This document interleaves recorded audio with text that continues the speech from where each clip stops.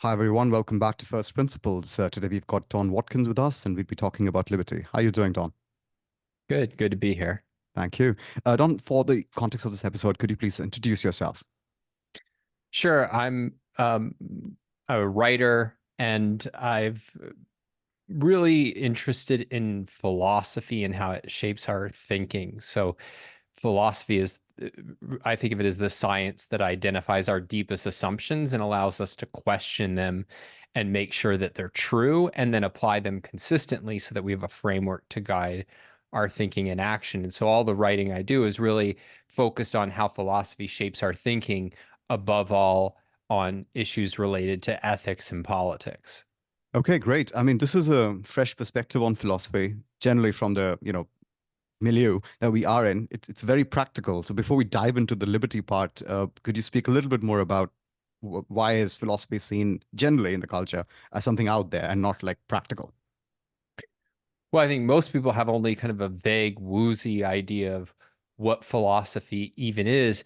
And insofar as they have any sense of philosophy as it's practiced today, it's usually taken to be a wildly impractical subject. That Hmm. is, and this really, in many ways, it even goes back to the founding of philosophy. So, philosophy really gets its start with Socrates wandering around Greece. And you'd have people debating, is this just or is that just? And he'd say, well, wait, do you even know what justice is? Hmm. And at one level, it was a frustrating question because it was like, yeah, I mean, we couldn't get by if we didn't have some sense that this was just and that was just. We wouldn't have been able to have governments and so on. But at another level, there was something really profound going on, which is that, yeah, you kind of know what you mean, Hmm. but one of the reasons philosophy got its start is that people had different conceptions of justice and different views of how it applied. And so it was only by going deeper and arriving at a view of, well, what really is just, that you could resolve those debates.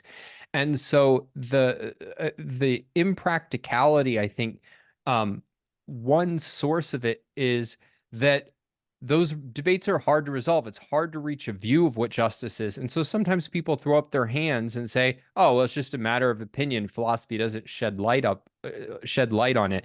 My view is that it's actually possible to arrive at philosophic answers, that Hmm. philosophy is a science. And once you get that it's dealing with the most pressing questions that shape all of our thinking and action, and that you can arrive at reality-based answers, then my view is it becomes much less possible that this is an impractical science. Hmm. Okay. All right. So from that practical science perspective, then how would you define liberty? So, liberty is, well, the first thing to say is that it's a derivative. That is, it's not a starting point, that you can't just dive in. You give me your definition of liberty, I'll give you my definition.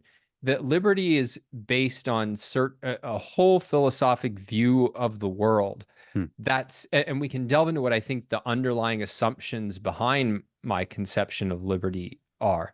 Yeah. But in the simplest terms, liberty means freedom from force from other people.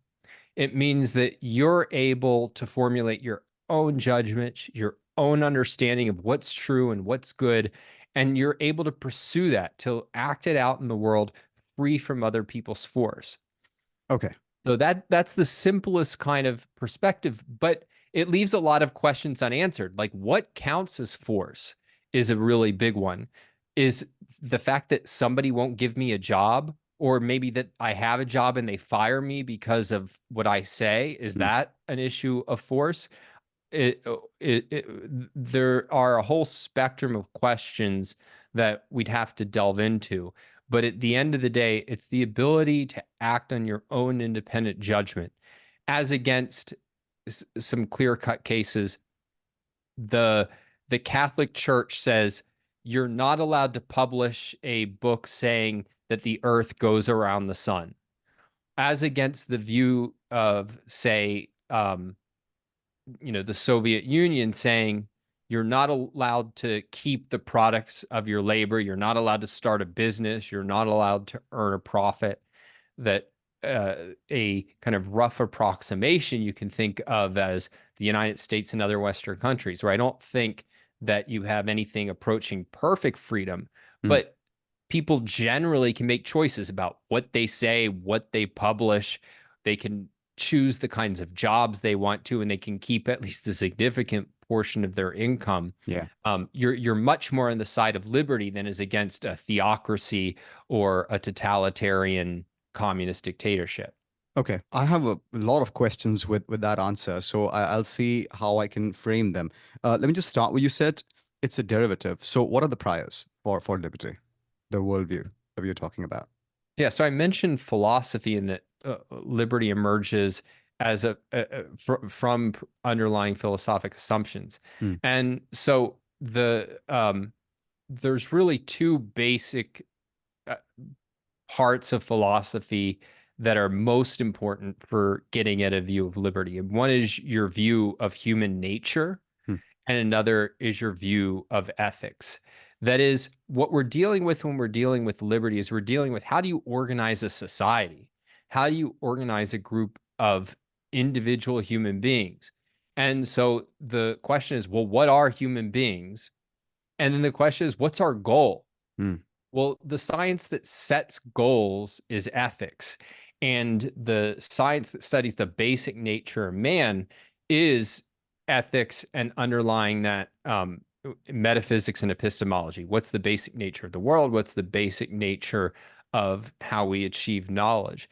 And so the kind of view of human beings that I'm presupposing, you can think about it more or less as the Enlightenment view of human beings, Right. that we have a mind capable of understanding reality through the use of reason. Right. And then on ethics, I am an egoist. So I believe that each individual has a right to exist for their own sake, Mm. to pursue their own happiness. And I mean, in moral terms, that what's morally good is the individual seeking out happiness. And so if your view is that what individuals should be doing is they should be trying to achieve their life, their happiness, their success, and that they can do so through the use of reason, then that's kind of the underlying conception, the underlying philosophic assumptions behind a view of liberty.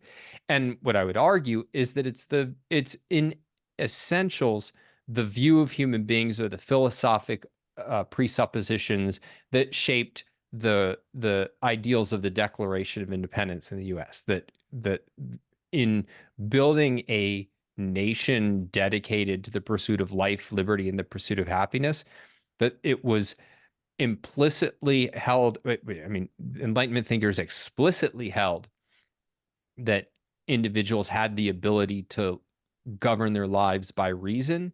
And I think that there was a moral perspective that self-interest was something good and worthy of protection, though they didn't hold that explicitly, or at least they also held a conflicting view that came from Christianity, which said that we have a moral obligation to serve and sacrifice for others. And we can probably get into the way in which that conflict at the level of ethics has really undermined liberty. But at least that's how I think of the philosophic starting points for thinking about liberty. It's that if if the goal is an individual's happiness, and that we can govern ourselves through reason, then in organizing society, what we want to protect is our ability to think and pursue happiness. So, but this also gets us to the fact that we are talking about individual at the pinnacle of, I guess, our reasoning about political organization. Would you shed some light on how did that come about? Because it doesn't look like individualism has been a very long strain, or that's probably just my impression. From how would you say Enlightenment got us from collectivism to individualism, and then everything else followed? I wouldn't quite put it that way. There's Okay. something right about that. I mean, the way I think about it is you get some of the essentials that will eventually become individualism going back to the ancient Greeks. Hmm. That is, they came to view the individual as having the power of reason. I mean, they really discovered reason. It's not that people had never used it. Obviously, we've been using it as long as we've existed on this planet, but they identified what reason is, and they identified the essentials of its method, that is the method of logic. Hmm. And they also had a view that ethics was really about self-interest, that ethics was about human flourishing. Hmm. And and I would say that's kind of the foundation of individualism, but they didn't yet have the concept of individualism for a variety of reasons. Okay. I don't think you get a full concept of individualism until the Enlightenment. And in part, one of the missing ingredients that the Greeks had is that they still had a view of work and of production, that it was essentially a mindless activity, Hmm. that that production was sort of the ideal life was one of contemplation for Aristotle and many of the other Greeks. And contemplation was made possible by slaves who kind of liberated a handful of aristocrats Yeah. to contemplate. And I don't think you can have individualism as a doctrine until you get that it's that it's a person using reason, not just to contemplate, but to govern and sustain their life. And that view really you only get by the Enlightenment. In the Enlightenment, you get the concept of the way Locke thought about it was that the rational industrious who engage in self-preservation. It's that you're preserving your life through thought and through work. And once you have that, that's the good. That's what we're trying to protect. And then you, I think, have the ingredients for individualism. Individualism, I think, as a moral political concept that says that each individual has a right to exist for his own sake, not as a servant to the group. And that as a result, you need to protect his rights to life, liberty, property, and the pursuit of happiness. I wouldn't say that before that you exactly had collectivism as an ideal. It's that the issue wasn't defined in those terms. You did have ideals that we would now group as collectivist, that is, that they sacrifice the individual to the group in various ways.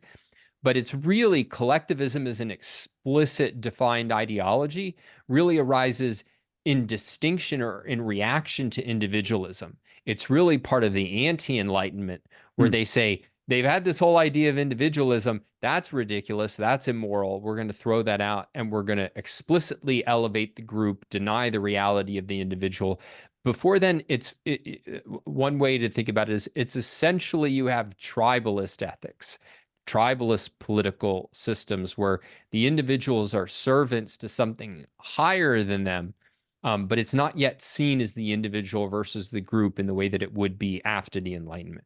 Okay. Do you think the reason for that would have been the reason for the lack of individualism in any explicit or implicit terms before the Enlightenment would have been a lack of labor, in the sense that before industrialization, a certain amount of security, material security, wasn't there. And once it was there, that's the reason individualism came in and became popular. Slavery went away, like officially, around at that time, at least in some cultures. Any views on that, or do you think reason and individualism would work even if we were not living in a industrial society? Well, it would work, but the question is, how do you arrive at the concept? How do you form the concept? And I don't think it's exactly wealth per se, because individualism is, I would say, the key ingredients of it are there in the 17th century with Locke and other thinkers as well. And that society was richer than ancient Rome at its height, let's say, Right. but not by a lot. I think it's less the level of wealth, that you need some level of wealth, but again, it's that it's wealth being produced by the individual, and that they see some connection to the individual's mind involved in it, that he's supporting his life through his mind. And already by the 17th century, you're starting to get the sense that we're building new technologies that are lifting us up, that are moving us forward, and that, like, there's an individual contribution here. And I mean, that was really a breakthrough. I think the age of discovery was really key here, that by the time you get Columbus discovering America, there's the idea of discovery as a thing that one can actively work towards. Right. And discovery was seen as an individual achievement, or essentially an individual achievement. And so part of how like the scientific revolution became the scientific revolution is everybody was going around going, well, I want to discover something new. Mm. And all these what were called priority debates about who really was the first to discover this and the first to discover that. And so it was that individuals are discovering new knowledge, they're creating new technologies, and that we can create a society where individuals are free to engage in that process of discovery and creation. Mm. And that's what a moral society does. Okay. Just go before we get to force, because I really want to get into what is force. What is the pitch then? Like, what I'm trying to get at is, why should not being servile be a bad thing? Why is the individual and their own pursuit of happiness is a good in itself, or is it? Well, I mean, my question would be to put it, what is the grounds for saying that an individual should give up his happiness? Like, what else is there? What could be higher than that? What could be more important? And that's something where I haven't heard ever in Mm. history an answer to that question.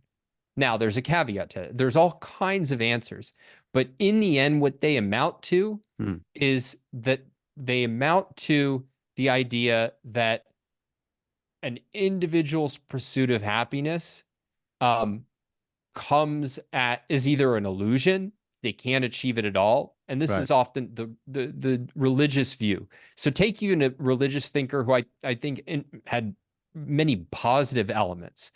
One of the best cases you could take in history, which was Thomas Aquinas. Mm. So Aquinas had a pretty pro-human view. He was um, an Aristotelian insofar as you can be a Christian Aristotelian. And his view was, yeah, Aristotle basically got ethics right on earth. That is, earthly happiness is this kind of pursuit of flourishing through the cultivation of earthly virtues. Mm. But he added, you can't really be fully happy on this earth. Full happiness comes only after the grave. And so you have one view that denies that happiness is possible, and then there's another that says, well, maybe it might be possible, but it's only possible at other people's expense. Mm. And this is the idea that, like, in effect, happiness, if it's possible, is immoral because it involves taking things from others, sacrificing others, harming them, exploiting them in some way. But there's no evidence for that. There's no Yeah. argument for that. And certainly people don't experience that when they're not kind of getting enmeshed in philosophy. If you just look at how most people, like in the US, for instance, today live their lives, when they are raising their kids, they tend to want the best for their kids. They want their kids to be happy. And they don't sit them down and go, now, Johnny, here's how you rob a bank. Here's how you screw over Timmy. No, they recognize that, like, no, if you want to be happy, you need to form deep, strong relationships with people you admire. You need to have a good character so that people will trust you and you can go through life without guilt and conflict. Mm. You need to get a job that you're really passionate about and that excites you and that helps you gain material prosperity, confidence, fulfillment. Like, people have I think a common sense, many people have a common sense view of what happiness is that isn't too far from the mark. Mm. Though again, they accept elements of philosophy that tell them if you ask them at a philosophic level, what should one do? Well, you should sacrifice for your neighbor, you should go to church. But again, when they're really thinking about how to encourage happiness in their children, I think they have a view much closer to the one that I would argue for. Okay. Okay. So in that scenario, I think the reason I don't know why people cannot distinguish between genuine wealth creation and loot. Because yeah, sure, you're getting prosperous by just robbing somebody, but I don't know that is genuine wealth creation or not. So I think what happens with common sense morality is when people start feeling guilty for their success and the riches or the money they've start making, I don't think they really believe that they have created it. Perhaps they are in conflict and people are telling them that this is coming from others. Does that play into their guilt, Bart? Well, I think there's two kinds of issues, and I think you sort of hinted at them. So at one level, there's the question of, did I really create something? Hmm. And I think very few people um, will look at a farmer who tills and plows his field and plants his corn and says, "Oh, that corn doesn't really belong. You didn't build that corn," Yeah. right? No, because it's almost at the perceptual level that he created a value. But we live in a complex division of labor society Hmm. where most of us play a small role, um, and sometimes even a big role, but in a productive process where Right. the value of what we do can be less obvious. And in some cases, it's very, very hard to get a handle on what is the value I'm actually contributing. Take like the financial industry, for instance. Hmm. Um, like what is somebody who sits at a desk and is, typing on a computer, moving numbers around? What are they doing that could be possibly be worth millions of dollars a year? Financing That like industries. yeah, it's really hard to identify that. So I think Hmm. part of it is um like where is the value creation? But then it's, even if there is value creation, to the extent there is a moral perspective that the good is not your own interest. It's not achieving your own well-being. The Hmm. good is sacrificing for others. And whatever you can say about a businessman or a financier, they're clearly not sacrificing for others. Right. And so once you held those two kinds of views, then it's a recipe for guilt. It's a recipe for um, these people need to be punished. These people are resources to be exploited because they're exploiting us, and we need to be protected from them. And so the whole regulatory welfare state, the Yeah. whole idea of we need to be protected from their greed and they need to be servants of our need, that flows very predictably out of that kind of worldview that comes from a morality of sacrifice, which you can call altruism. The idea of that it's others above self, and that what's good is the placing of others above self. If you take that to its logical conclusion, then nobody who really seriously believes it would, continue to be alive, because there are people who need organs. There are people who need all your money. So I don't know how those two things stay in one mind, but well, I don't know. And any comment on that? Um, the the view is not exactly I mean, this is part of what the way that altruism works is that it's not held that this is a consistent principle you should strive. It's true, if you tried to sacrifice every Hmm. value, you'd quickly um, be dead and gone. But what it's meant to be is an open-ended debt that can be called in at any time, at any place. Oh, wow. And the way that it works in practice is that whenever some that sure, no, of course you can go ahead and you can get a job and you're allowed to have kids. And I mean, unless you're an environmentalist, in which case maybe you shouldn't be allowed to have kids. But you can go about your whatever you want to do, but you have an unpaid debt. And whenever somebody comes to call it in, you Hmm. have no way of objecting to it. And so the question is how much you should sacrifice? More. And it's not that anybody's calling you to do it consistently, but it's whatever you've done now, you still owe something more. And so it's this unpaid, this check that you can't ever pay off. It's this debt that you can't pay off. And it gets called in piecemeal. And so, yeah, if it was consistently implemented or consistently called for, but they don't do them. They don't do that because that's not what they're really after. They're not trying to create a world of consistent altruists. Hmm. They're trying to exercise power and control. I'm saying the people who are the formulators and leading proponents of these kinds of ideas. Not Yeah. everybody who accepts it in some form. Many people are just kind of the passive victims of it in one sense or another. Though, in many, I would say, um, one of the real evils of altruism is that even better people will find themselves using it. I remember I was talking to one young lady who was in college, and I mean, this girl was working full time. She was going to school. She was trying to prepare to get into graduate school, like one of the most hardworking people I knew. and her father had a long-standing illness, and it was guilting her and saying, you have a debt. You should give up all that and come take care of me. I'm your father. You owe me. Right. And that's what altruism includes. It's not that he said, oh, you should sacrifice your kidney, but it's, here's a need that I have that your sacrifices could fulfill. And so therefore you have an obligation to fulfill it. What happens to her life? That's irrelevant. Right. And that she owns her life. And of course, if she can and she really loves, and if the value of saving her father is very like way up, then sure. But then I don't understand the obligation part. I didn't ask to be born. So I don't understand how like that is. And by the way, this thing, I didn't ask to be born, at least from where I come, is seen as very rude. So is there a good rational explainer to somebody who's open and really, really let them know that this is no, I'm not obligated to do anything, but then it can come from a place of love, or if I value a certain sacrifice in quotes in a higher way. Well, the fact of not choosing to be born is not rude, it's important. Hmm. So here's the intuition, if we're going to be very generous, behind people thinking, yeah, of course you owe something, Hmm. right? If people give me benefits that I didn't have to do anything for, then there's a kind of reciprocity that, like, yeah, I have to give them something back. Hmm. And so, like, if my neighbor comes over and welcomes me to the neighborhood with a big banquet, said, "Hey, welcome to the neighborhood."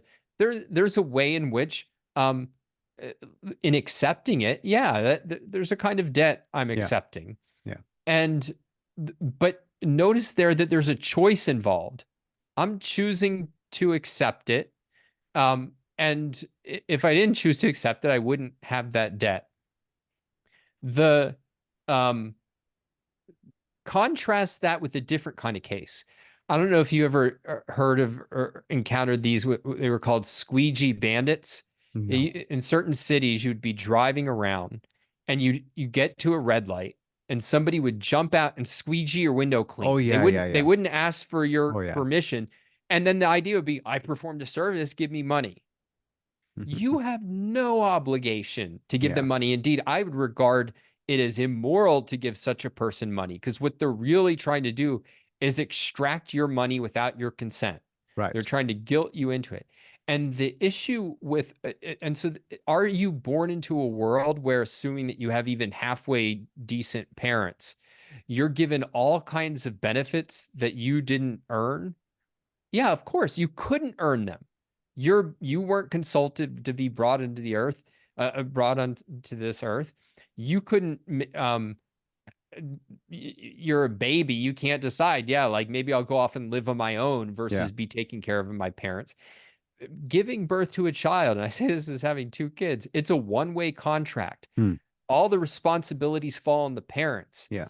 Now, I do think in moral terms, you owe a certain consideration if you have halfway decent parents, where, Hmm. yeah, like, I'm not just gonna blindly ignore them.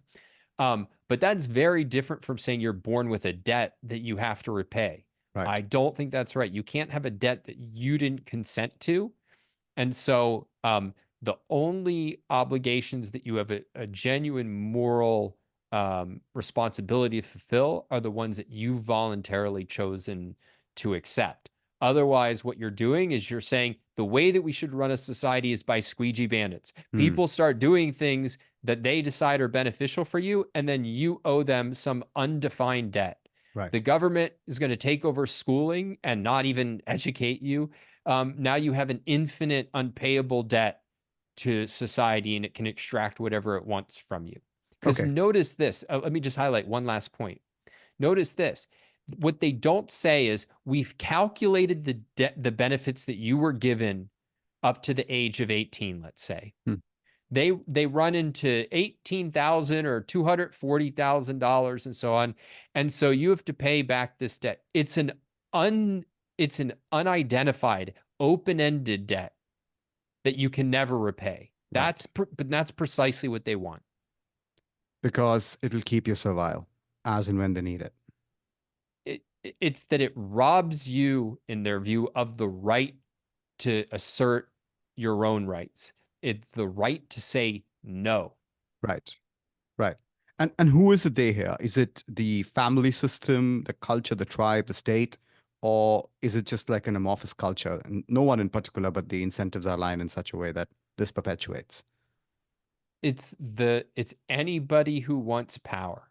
Right. And that might be political power, but Hmm. it need not be political power. The father who wants to guilt the daughter Hmm. has the same motive and is using these ideas in the same way as the person who wants to be able to crush a millionaire or a billionaire who thinks he's better than me. Hmm. It's the same lust for power. Now, the kind of father doesn't really, who's guilting the child, doesn't really know what he's doing. Right. The most responsible are the people who formulate and um, are the leading spokesman for these ideas. So the Hmm. people who are not just using altruism, but are championing it, are crusading for it in some way or another. Hmm. I think that's where the kind of deepest sort of responsibility goes Okay. for it. Okay. So switching gears a little bit, then how would you, what's the categorization of force, or how would you define force in order to inject this back into the discussion of liberty? Well, at one level, force is like perceptual level, right? It's a it's a punch in the nose. Hmm. It's literally the use of physical compulsion through physical means. Um, but not all force is that obvious, because the question becomes, um, it's whenever force is used to stop you from doing something that you have a right to do. And so the question is, well, what do you have a right to do? And so when we're talking at the level of a social organization, like if you and I were stuck on an island, Hmm. morally, it would be wrong for you to punch me in the nose and take my stuff, right? There's not a lot of hard, that's pretty easy to work out. But when you're creating a society, you're creating a lot of people who are acting and interacting over a pretty large, territory, over a long periods of time, Hmm. in all sorts of ways, many of whom don't even know each other, or at least don't know each other well. Like that's what you're at the level of a society. You're Yeah. not dealing with a few city blocks. You're dealing at least with, let's call it tens of thousands of people, just to give a rough approximation. And at that stage, in order to even get what constitutes the initiation of force, you have to define individual rights. You have to define what rights does a person have, and therefore, when a person um, resorts to some physical means of interfering it, like when they've actually initiated the use of force. Right. So, I mean, just to take an example, if I write a book and I go to a publisher, and the publisher and I come up with a contract, and they give me, well, publishing contracts are awful. So they give me, like, if I'm lucky, 10% of what the book makes. Hmm. Um, okay, I have a right to that. Now, if you decide unilaterally, I'm not good. I didn't do anything. I didn't give the author an advance. I didn't do any of the work for the book. I'm just going to copy and paste it, and I'm going to sell it myself for half the price and reap the rewards. Hmm. Well, is that the initiation of physical force? It depends on what are my rights as an author. And that's Right. what intellectual property rights outline is. They say, these are your rights as an author. And if somebody publishes your work without your consent, that is the initiation of force. And so what a legal system has to do is define the rights of the individual so that we know what constitutes the initiation of physical force. But in the end, it has to be a physical act that's depriving you of your ability to pursue your life, liberty, and property. It can't be like an emotional act, like you're violating my rights through making me feel offended or something like that, which Yeah. gets to the kind of perverted notion of my rights to free speech are violated when somebody offends me through their speech. No, it's a physical means that's exercised to prevent me from acting independently for the sake of my own happiness. But what if it's like a campaign to discredit somebody, cancel somebody, or making creating conditions where they will become, I don't know, radioactive. Is that force, in your opinion, or no? Well, those are all metaphors. Um, let's put it this way. It, what is the right to free speech? It's the idea that I can speak without anybody stopping me. But that can't mean that they have to listen to me or that they have to give me a platform. Right. Because what then happens to their right to free speech? So, what it has to mean is that I can use my property to say what I want. So, I can sit on my lawn and I can, spout these pro liberty ideas all day, and collectivists can, if they don't like them, stay off of my lawn. Hmm. And it can mean I can use the property and speak to whoever consents. So if you have a podcast, you can invite me on it. But my rights aren't violated if you deplatform me by saying, Don, you know what? Your views of liberty are actually way worse than I thought. I don't want to have anything to do with you. I'm not going to publish your podcast. I'm not going to have you on. You haven't taken me of anything. You haven't taken anything from me that I had a right to. Hmm. And so the like that's the sense in which it's freedom of speech is essentially something that can only be violated by the government. It's preventing the government from compelling me to stop speaking. Now there is a kind of partial exception to that, which is if you threaten me with force as a private individual and say, if you speak out in defense of liberty, I'm going to cut your throat. Hmm. That is a violation of my free speech, but it's really an issue of, well, you're threatening to cut my throat. And the government doesn't care why you're doing it. You don't have a right to cut my throat. Right. It becomes a free speech issue if the government doesn't stop you. And now this is a real issue. So I think that if you remember the cartoon crisis where artists were drawing pictures of the Prophet Muhammad, and they were threatened and in some cases murdered by Islamists. Hmm. The governments did, I would argue, nothing to protect people, and indeed often came out and blamed the people engaging in the speech and said, don't be so offensive. I mean, in fact, you're asking for it. We're not going to do anything to protect you, Hmm. or certainly not much to protect you.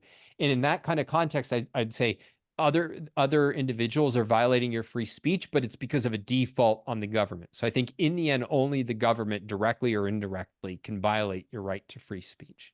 Okay. Okay. And so you are not an anarchist, I'm assuming, right? Governments should be there because they wield force, but you are a believer in governments? Yeah, anarchism I view as the way I think about it is this. If you look at the whole history of humanity, Hmm. the whole struggle was, how do we escape anarchy? Okay. Like, anarchy was like, this is the nightmare where our ability to act long range, Hmm. to know who's going to stab us and who's going to kill us and who's going to rape us, like, it's all obliterated.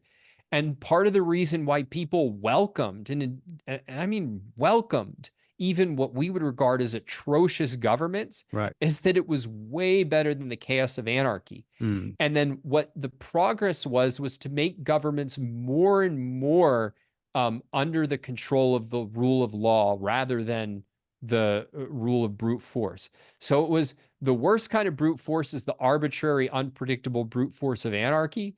And then there's a slow movement of discovery of how the government can become fundamentally more and more a tool to protect the individual's liberty. But liberty is not the absence of a negative, it's a positive. It is that you've established a legal system that has defined objectively what your rights are and that has placed the use of retaliatory force under the rule of law, under objective laws. That is a huge achievement. And what anarchists say, even if they say, oh, I'm an anarcho capitalist or some nonsense like that, what they're saying is tear down that achievement. And I think, no, that's the achievement we need to be working towards. That's the ideal. Okay. So there was anarchy, and then people welcomed in tacit way, explicit way, a Leviathan, like a sovereign, a king, and then slowly and steadily with the parliaments and everything, we get to a state where the law becomes the king. and the law is written by representatives elected by people. But if people have bad ideas about what liberty is, then the law, which is now the new king, is a problem. Is there a way to solve this? Yeah, well, and I think that's a really good summary of kind of the historical development, obviously at a very high level. But the answer is right in there. It's that a government in the end can't be better or worse than the ideas held by the people.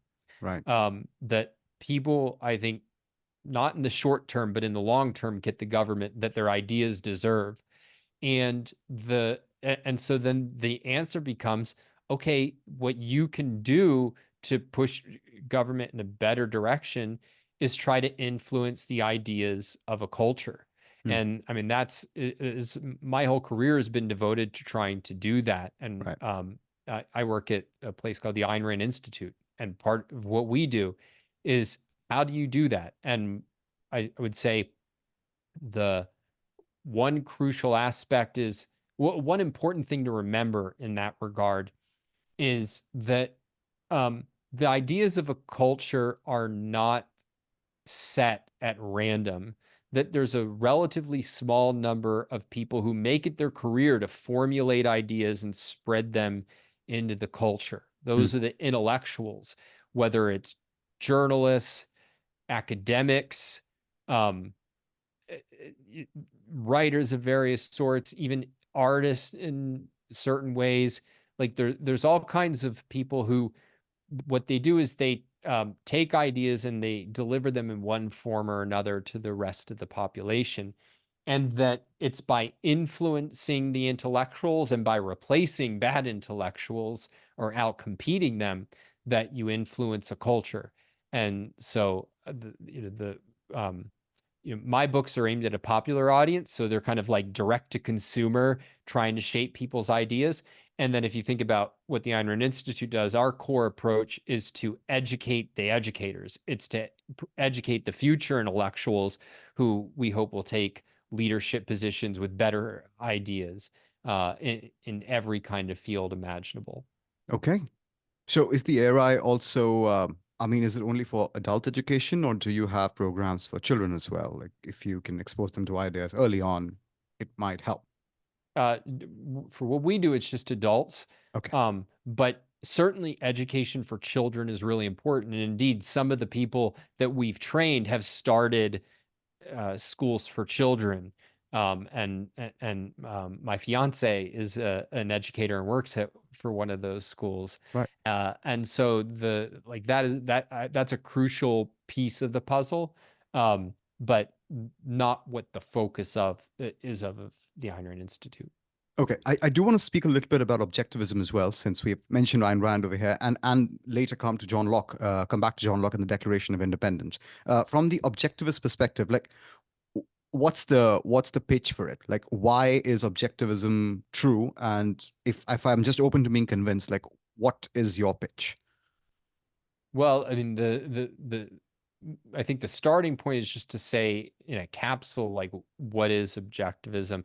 And in a sense, that's what I've been talking about the whole time. That's the philosophic framework that I come from Right. and advocate. And Ayn Rand was a 20th century novelist and philosopher. She wrote the Atlas Shrugged and The Fountainhead, which are two of the best-selling novels of the 20th century. Hmm. And the way she summarized her philosophy once, and I'll probably botch the quote in its details, but she said, "My philosophy, in essence, is the concept of man as a heroic being with his own happiness as the moral purpose of his life, productive activity as his noblest activity, and reason as his only absolute." And that's really the pitch for objectivism is if you have a heroic view of human potential and you want to live up to it through the pursuit of the best life possible for your enjoyment and through a dedication to reason as your means for discovering what's true and what's good, then like that's the philosophy for you. There's much more to say both about what objectivism holds and why I think it's true, but to me, and I think just that core vision The idea that we can live without sacrifice, Hmm. of me sacrificing for you or you sacrificing for me. That reason and a commitment to using our mind to its fullest potential is what allows us to achieve any value worth achieving on this earth. Um, that kind of vision, I think, is like, if that's not appealing to you at some level, you might doubt whether it's possible. You might have, well, is it really possible to be rational? How, how does reason integrate with emotion? Can it really achieve knowledge? Can we really achieve happiness without sacrificing other people? Those are all great questions, and they're things worth debating.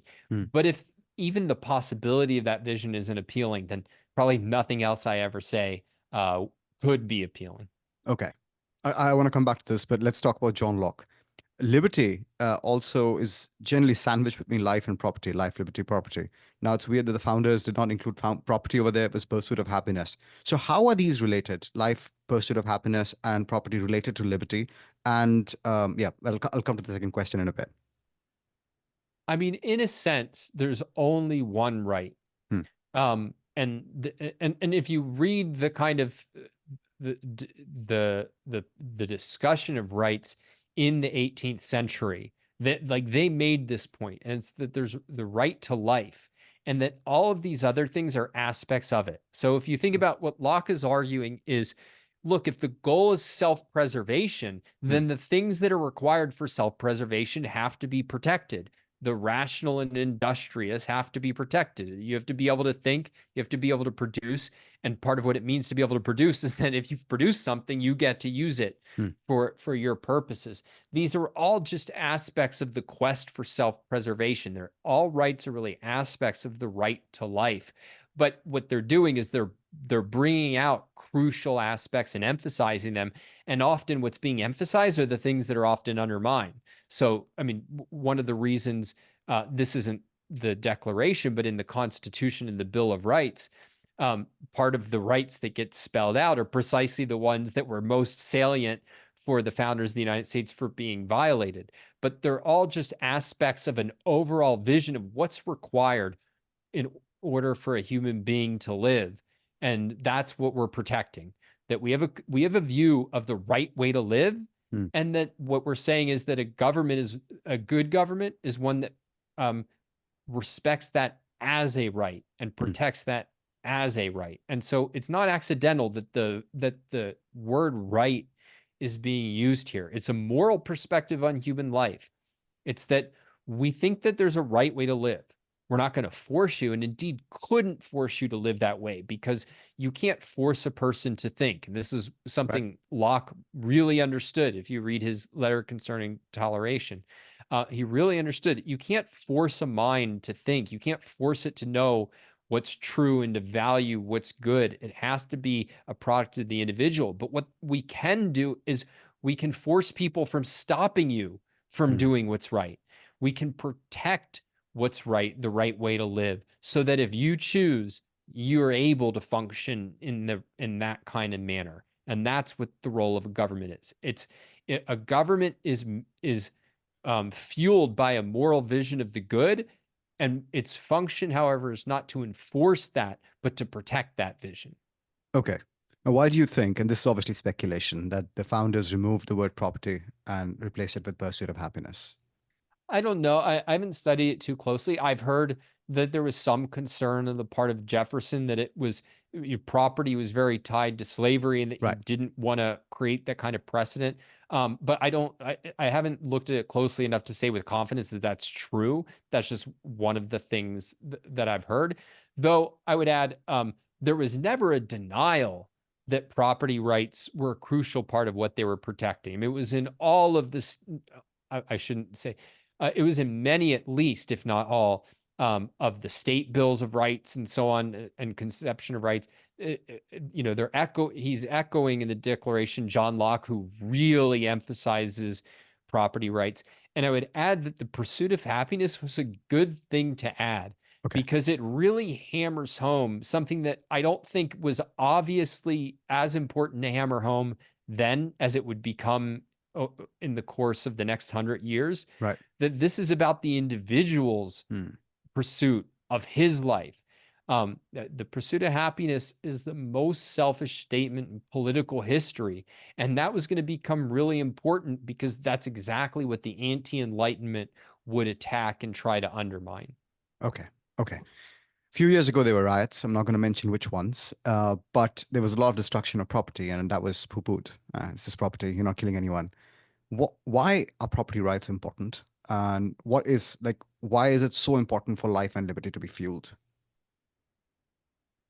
Well, I mean, look at where we are, right? We're having this conversation and we're doing it through a material means, right? Like I have a computer, there's a camera here, there's an internet that's running from wherever I am to wherever you are, Hmm. and we're in a kind of man-made structure. Here it's a cold day, so it's keeping me warm.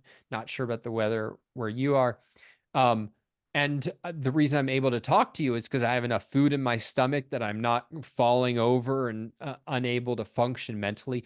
We're material beings. Hmm. We live and function in the world through material means. Everything we do takes place and is exercised through material means. Even speech is exercised through material means, whether that's a piece of paper I'm writing on, a YouTube channel that I'm appearing on, or even just the stage that I'm standing on. And so if you don't have control over the material means to implement your mind's goals, Hmm. then you don't have any freedom at all. That everything that human beings do is a combination of the intellectual and the material. And what property rights are protecting are the material implementation of the human mind. And so they're not just one right among many, they're the means for implementing every other right. Right. Including life, including liberty, free speech, everything. Exactly. Okay. Okay. And you're saying that every right that we have in the Bill of Rights is essentially a derivative of the right to life. Like you can. Yeah, So, and not just the ones in the Declaration. I think every legitimate right, all the way to ones that are so, I mean, so the rights to life, liberty, property, the pursuit of happiness, you can think of as those are your philosophic rights.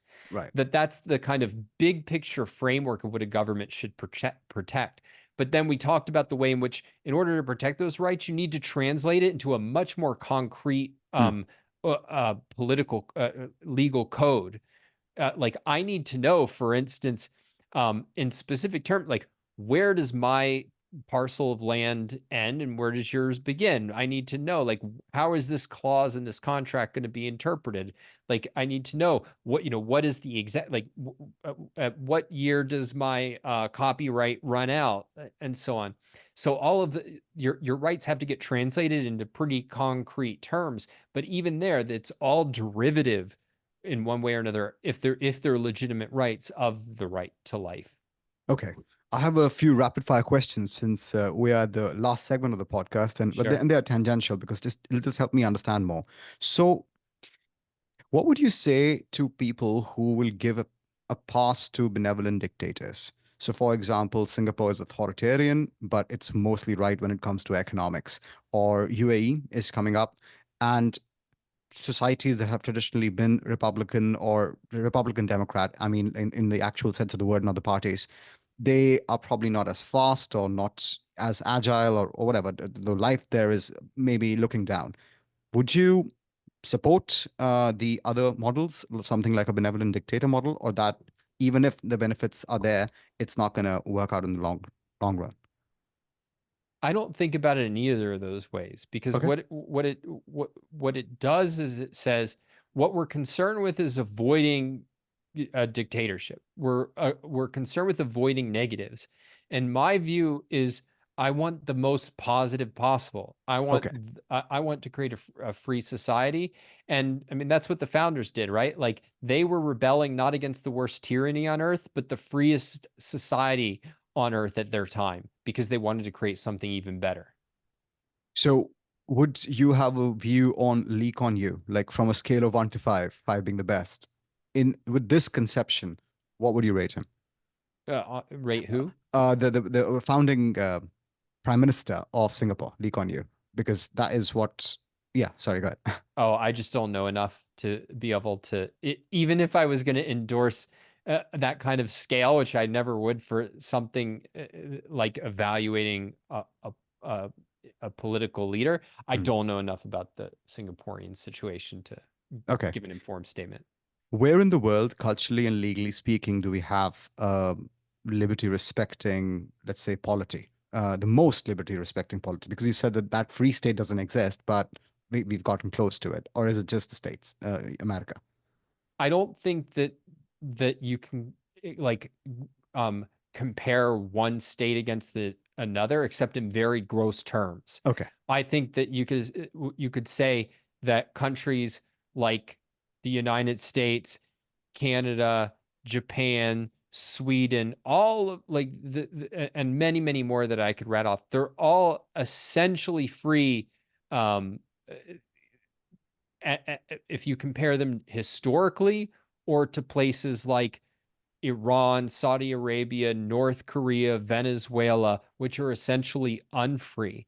Hmm. And then once you get beyond that and you're trying to compare the United States versus Sweden or something, I don't think that there's like a more free, less free. I think you essentially have to compare them across more specific dimensions Okay. and say, yeah, well, Sweden has a worse welfare state. It's probably better on regulation or at least certain types of regulation. I think you have to get at that kind of level in order to have meaningful comparisons. Okay.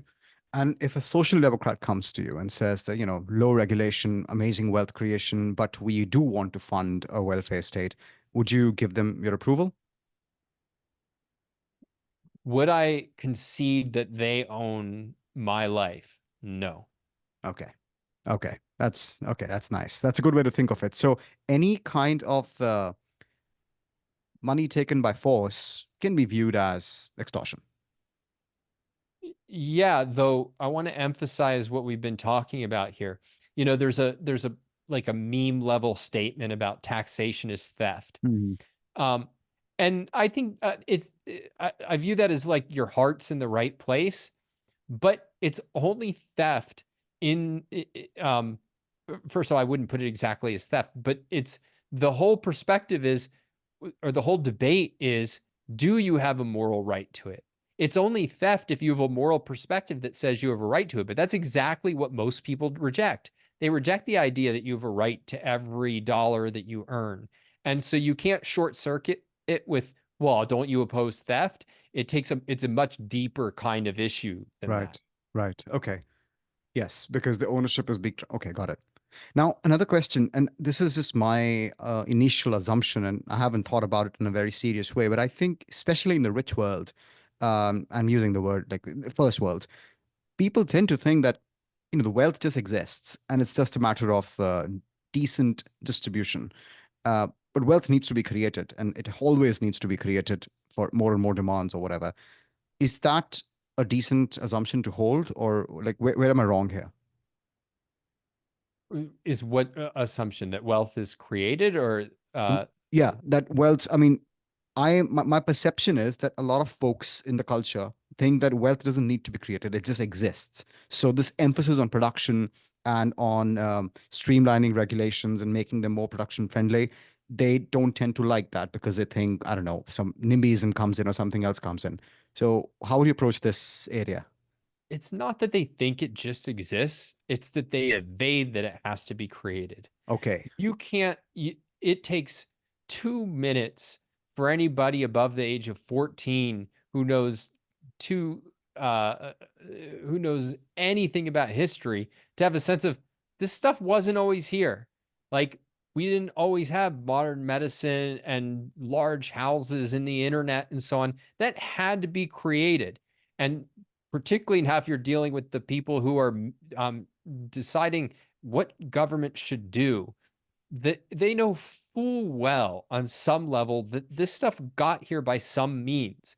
And what they're doing is they're evading the fact that it got brought into existence by individuals, by real individuals through their thought, their dedication, their effort.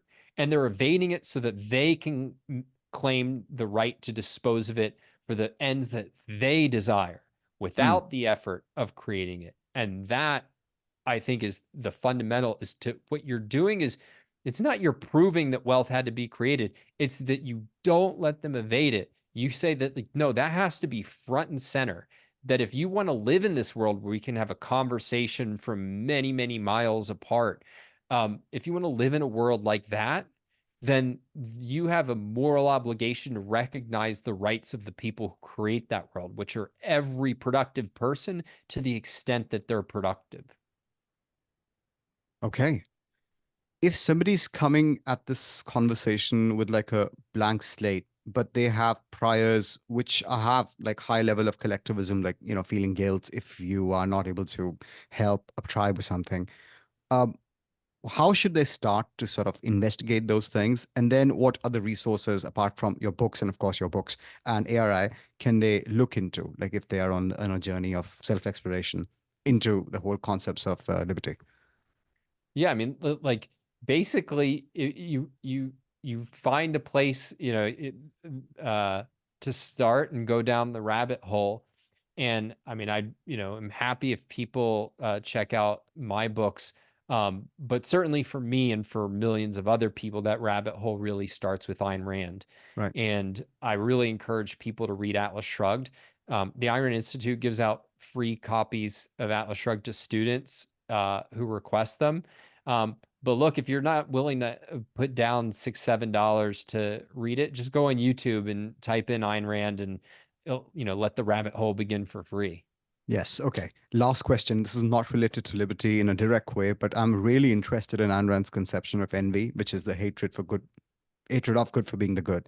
Could you shed some light on it? And like, why is her conception of envy different from the way the word is used in the dictionary? Yeah, well, I mean, envy is typically thought of as sort of lusting after what others have. Yeah. And what she thinks of it as, what she's trying to capture, is what she calls hatred of the good for being the good. It's not even that you want what others have, it's you want them not to have it. Hmm. And that it's the motive of, when I see values, instead of responding with admiration, desire, what I'm filled with is hatred and the lust to destroy. And she thought that you can't understand, and particularly she's writing, remember, in the 20th century, following the World War II, especially.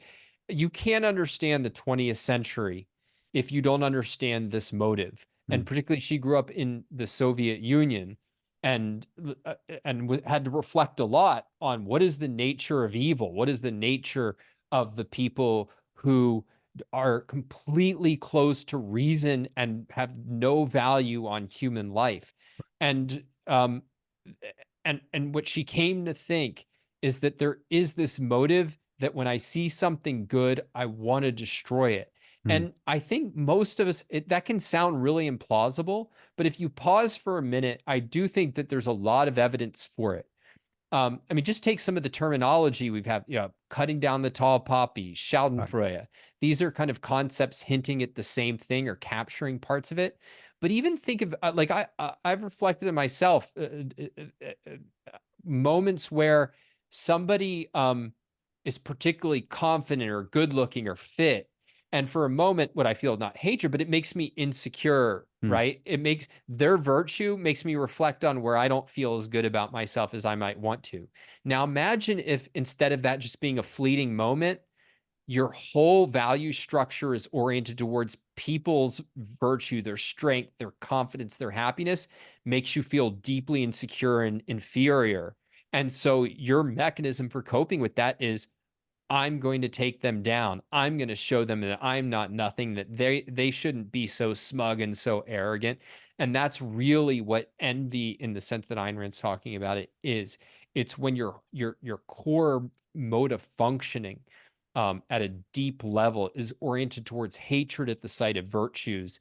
And even as evil as that is, she thought the thing that we should be most concerned with, and that is even worse, are ideologies designed to rationalize and justify that kind of motivation.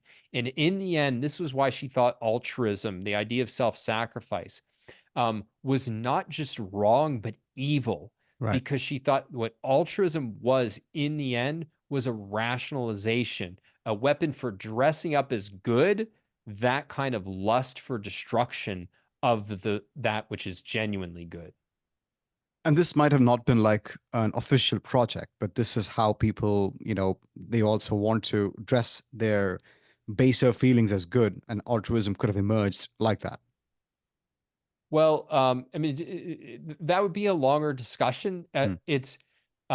I think there's a way in which the real originators, if you think about somebody like Immanuel Kant, uh, there's a way in which it's not exactly like he sits down and goes, I hate the good. How am I going to rationalize it? But there's a very tight connection between those ideas and the kind of motivations driving them. Right. But that maybe that's for another day. Yes, yes. Okay, this was perfect. Thank you very much, Don, and see you soon. I'm gonna stop the recording and we'll just debrief. Bye bye.